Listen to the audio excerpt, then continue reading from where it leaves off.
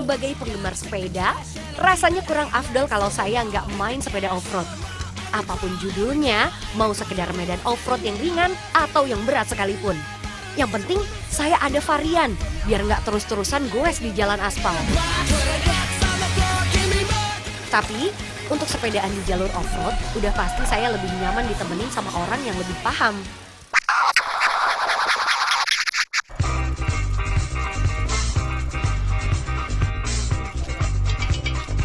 Seperti halnya saat ini, saya bakalan ditemenin oleh Kang Jaep yang udah lumayan hafal dengan beberapa jalur off-road yang ada di sekitar Bandung.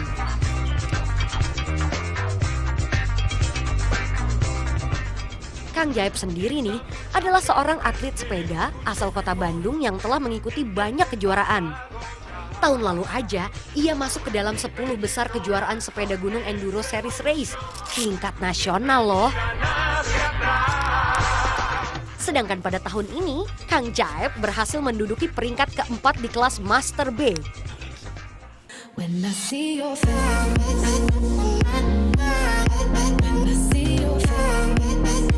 Di kawasan perkebunan teh yang terletak di kaki Gunung Tangkuban Perahu, nah disinilah yang menjadi titik start saya dan teman-teman.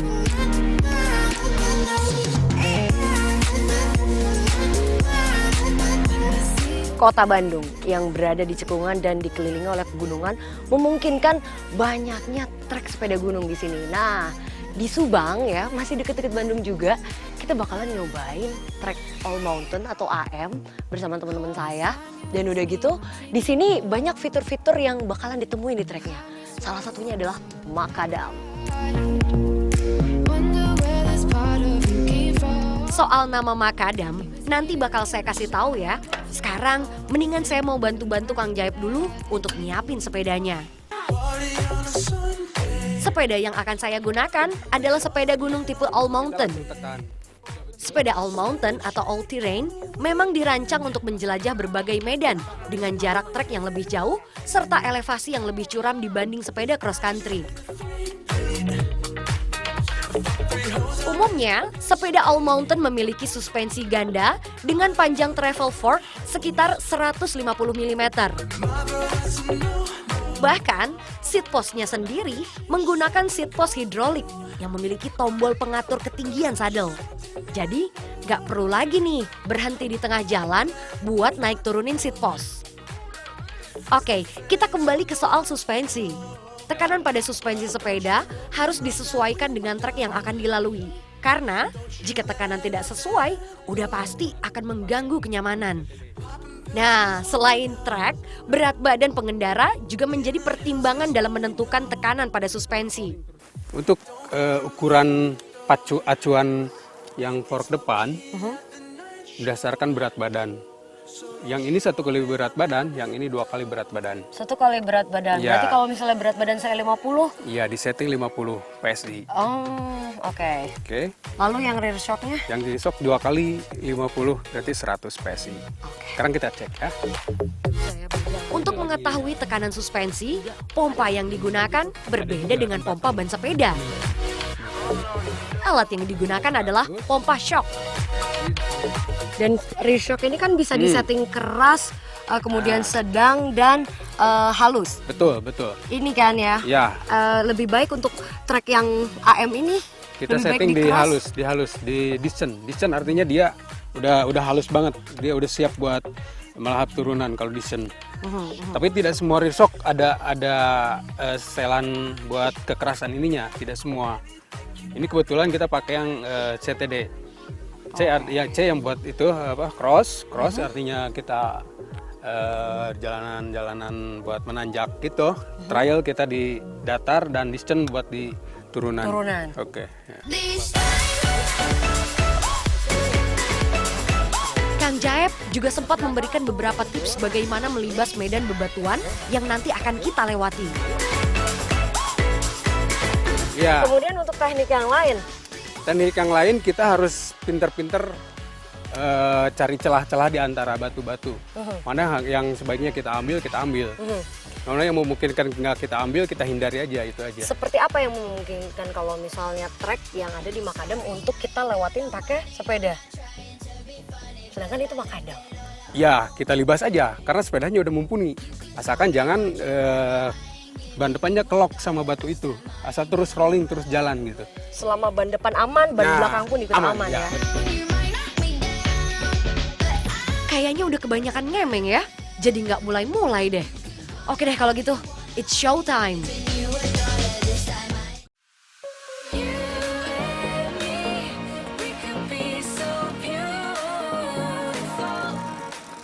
Saya hampir lupa ngenalin. Selain saya dan Kang Jaep, ada juga mojang gelis namanya Dita. Walaupun umurnya baru 16 tahun, ternyata Dita ini udah lumayan lama main sepeda off-road. Awal memasuki trek, saya dan teman-teman disuguhkan oleh indahnya perkebunan teh Ciater serta sejuknya udara di pegunungan. Ketinggian tempat ini mencapai 1050 meter di atas permukaan laut. Trek yang disuguhkan di tempat ini nih didominasi oleh trek bebatuan. Istilahnya adalah trek Makadam. Nama Makadam sendiri diambil dari nama John McAdam. Dia adalah seorang penemu struktur jalan berbatu asal negara Inggris. Untuk melibas trek ini nih, kuncinya adalah tetap fokus. Pandangan lurus ke depan dan posisi badan harus tetap seimbang. Trek yang seperti ini nih menjadi tantangan tersendiri bagi pesepeda. Jika hilang konsentrasi, apapun bisa terjadi. Misalnya, ban terselip licinnya batu dan dapat mengakibatkan pesepeda terjatuh.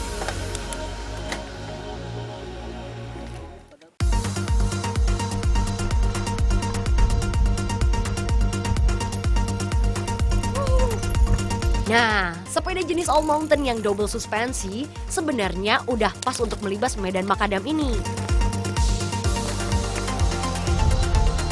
Tapi beda sama Kang Jaep yang justru menggunakan sepeda single suspensi atau yang biasa disebut hardtail. Ini gunanya seat post hidrolik ya. Ditanyakan kayak gini, seat post tinggal dinaikin dengan nekan tombol.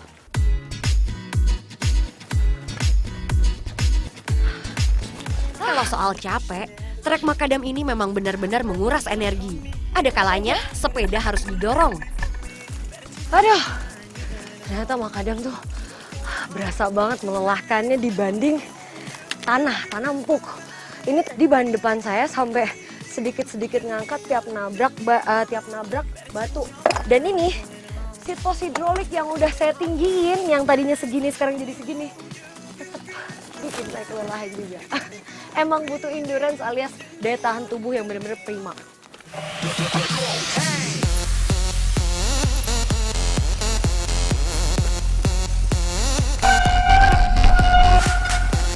Setelah melintasi trek Makadam yang menguras tenaga, saya dan teman-teman menemui trek tanah landai. Hitung-hitung bonus buat sedikit mengatur nafas juga. Jalur tanah yang rata seolah jadi ajang balas dendam buat saya untuk melibas dengan kecepatan yang cukup stabil. Sebenarnya sih ada satu lagi jalur yang paling saya tunggu. Namanya jalur runway. Kata Kang Jaep, trek ini merupakan favorit para pesepeda.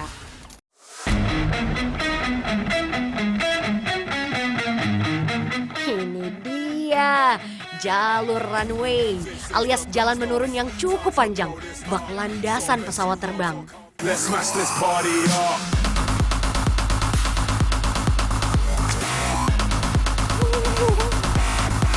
Kalau tadi bonus, maka yang ini layak disebut super bonus. Runway!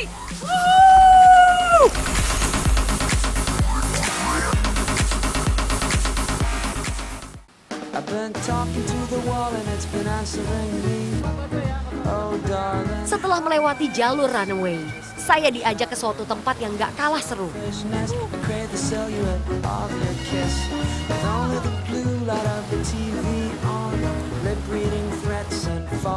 Ini dia Hidden Paradise di daerah perkebunan teh Ciater. Namanya Curug Mandala.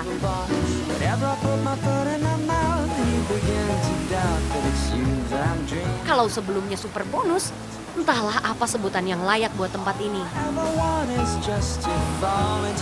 Setiap trek, terutama off-road, punya keistimewaannya sendiri-sendiri. Nah, untuk All Mountain yang finishnya di Curug Mandala ini, meskipun kita tadi lumayan capek dengan makadam yang begitu banyak, semuanya terbayar dengan kesegaran Curug Mandala.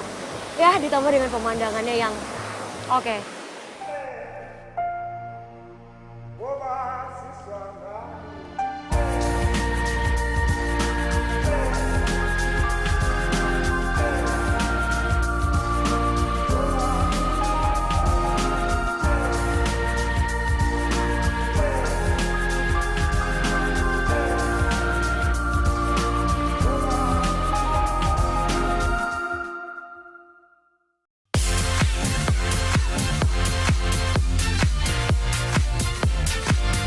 Setelah goes di jalur makadam, kali ini Kang Jaib akan memberikan tips mencuci sepeda yang kotor setelah digunakan goes kemarin. Tanah dan lumpur yang menempel di setiap bagian sepeda memang butuh ketelitian untuk membersihkannya. Oh iya, Kang Jaib punya alasan kenapa lebih senang mencuci sepeda sendiri daripada mencuci di bengkel. Apa alasannya kita mesti cuci sendiri? Kenapa nggak kita taruh aja di tempat pencucian, kan banyak tuh. Alasan pertama yaitu kita biar kita lebih kenal dengan sepeda sendiri. Oke. Ya. Terus kita cek sendiri apa yang setelah bermain, apa yang kena, kita cek. Terus biar kita juga tahu langkah-langkah yang harus dilakukan itu apa aja dalam mencuci sepeda yang baik dan benar.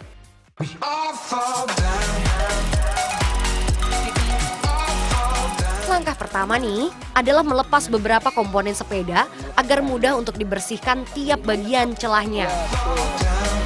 Diawali dari melepas rantai sepeda. Untuk melepas rantai ada caranya, yaitu dengan menarik bagian rear derailleur hingga terkunci, lalu lepas rantai sepeda dengan membuka bagian penyambung rantai yang dinamakan quick link. Setelah itu, lanjut dengan melepas bagian crankset dan chain guard.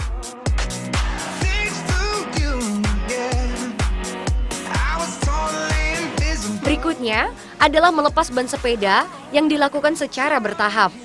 Dimulai dari melepas ban depan, kemudian dilanjutkan dengan melepas ban belakang. Setelah melepas ban belakang, kita pasang lagi bagian quick release-nya agar frame sepeda dapat disandarkan pada pedok.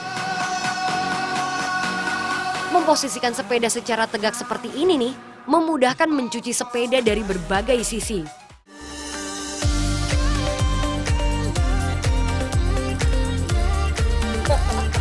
Oke, saatnya mencuci sepeda. Dimulai dengan terlebih dahulu mengguyur frame sepeda dengan air yang mengalir. Yang perlu dihindari nih adalah mencuci sepeda dengan selang air bertekanan tinggi. Karena air dapat masuk ke dalam celah-celah komponen bergerak dan berpelumas. Selain itu, kotoran yang menempel bisa-bisa tertekan dan masuk ke dalam sela-sela sepeda.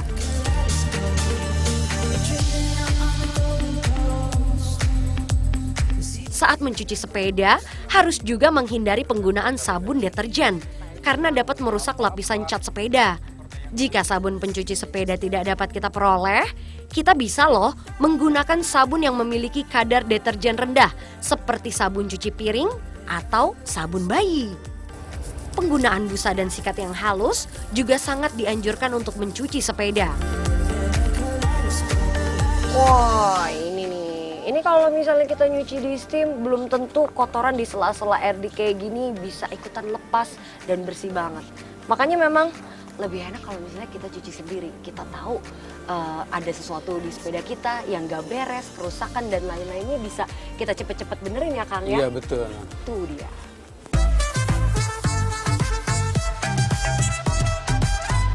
Ada beberapa bagian yang mengharuskan penggunaan sikat, seperti misalnya saat membersihkan bagian puli. yang letaknya di bagian rear derailleur. Sama seperti membersihkan puli, membersihkan bagian pengereman tidak cukup hanya menggunakan busa saja. Penggunaan sikat akan meluruhkan kotoran yang menempel di bagian rem sepeda. Kemudian, lanjut membersihkan bagian dudukan crank. Nah, udah kebayang kan? Jika bermain di trek yang berlumpur, tanah yang menempel akan sulit dibersihkan. Jika hanya menggunakan busa, nggak bakalan bersih. Jadi, lagi-lagi, sikat menjadi andalan di sini. Setelah membersihkan frame sepeda dan bagian yang menempel di dalamnya, kita lanjut nih ke bagian sepeda yang kita lepas tadi. Untuk membersihkan bagian rantai, caranya juga sama. Rantai disikat dengan sabun secara perlahan-lahan di setiap sisi. Terakhir, mencuci ban sepeda. Nah, pada bagian rim atau velg dan hub sepeda, ada baiknya kita menggunakan busa halus agar bisa menjangkau ke setiap bagian dari wheelset.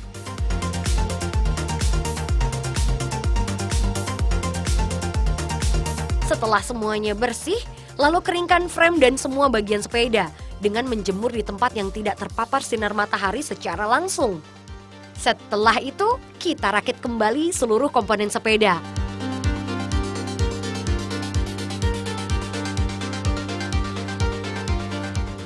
Pada saat memasang kembali rantai sepeda, pastikan juga bagian quick link rantai terkunci dengan rapat. Jika tidak, maka resikonya adalah rantai akan lepas ketika dikayuh. Oh iya, yang tak kalah penting adalah kembali melumasi bagian rantai sepeda. Karena setelah dicuci, kondisi rantai menjadi kering. Tapi hati-hati ya, jangan sampai bagian kampas rem terkena pelumas. Karena efeknya, nanti sistem kerja rem akan tidak maksimal. Emang sih, kalau sepeda kotor itu wajar. Namanya juga dipakai goes. Tapi, yang namanya nyuci sepeda, intinya bukan sekedar biar bersih dan gak malu-maluin. Melainkan bagian dari memelihara performa sepeda agar tetap maksimal. Udah, selesai? Selesai semuanya? Iya. Oke, kalau gitu. Yang tadinya kotor, jadi kinclong. Kang Jaep, Iya. udah selesai nih. Mau dilepas berapa? Ya udah 0%, 0%. 0% ya.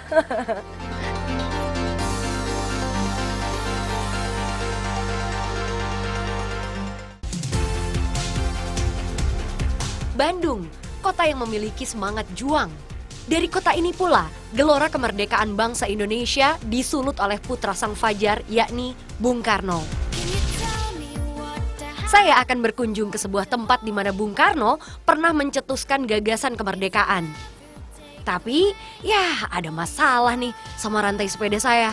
Dan kebetulan saya bertemu teman saya, Hilmi. Hilmi, Rawani. Sehat? sehat damang. Alhamdulillah. Ini lagi ngeliatin ini nih. Apa ya? Ini tempat apa ya? Kayak menara pengawas gitu ya? Ini tuh bekas monumennya penjaranya Bung Karno dulu. Penjara apa namanya? Menara Bancai namanya, penjara Bancai. Penjara Bancai. Emang masih ada? Masih ada tuh di dalam sana, masih banyak. Ayo mau lihat, ada Oh. peninggalannya. Ya udah deh, ada waktu kan? Ada, ayo. Ya udah ya.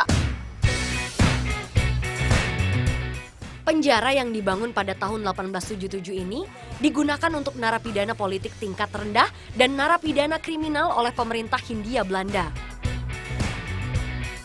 Namun, akibat padatnya aktivitas kota Bandung, pada tahun 1983, penjara Bancai direlokasi ke tempat baru yang jauh dari hiruk-pikuk kota. Bangunan penjara Bancai lama akhirnya dibongkar untuk kemudian dijadikan kompleks pertokoan seperti yang ada pada saat ini. Hanya ada 2 bangunan yang tersisa dari penjara Bancai lama, yaitu Menara Pos Penjaga yang letaknya di sisi utara Jalan Naripan dan sel penjara Bung Karno yang letaknya di dalam kompleks pertokoan. Monumen Menara Bancai ini telah direnovasi pemerintah Kota Bandung sebagai kado ulang tahun Presiden Soekarno yang ke-114 dan juga peringatan 60 tahun Konferensi Asia Afrika pada tahun 2015 lalu. Di tengah monumen penjara Bancai, terdapat patung perunggu Bung Karno yang tengah duduk dan menulis buku Indonesia Menggugat. patung berbobot 150 kg ini dikerjakan oleh seorang perupa seni dari Bandung, yaitu Profesor Surya Permana. Namun perhatian saya tertuju pada sebuah bangunan kecil yang berada tepat di depan patung perunggu Bung Karno.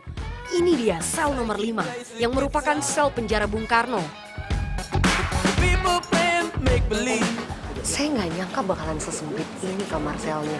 Dan kalau misalnya kita baca bukunya Cindy Adams tahun 65 yang judulnya Bung Karno Sang Penyambung Lidah Rakyat Indonesia, di situ tertulis berbagai penderitaan yang dialami Soekarno saat ada di sini.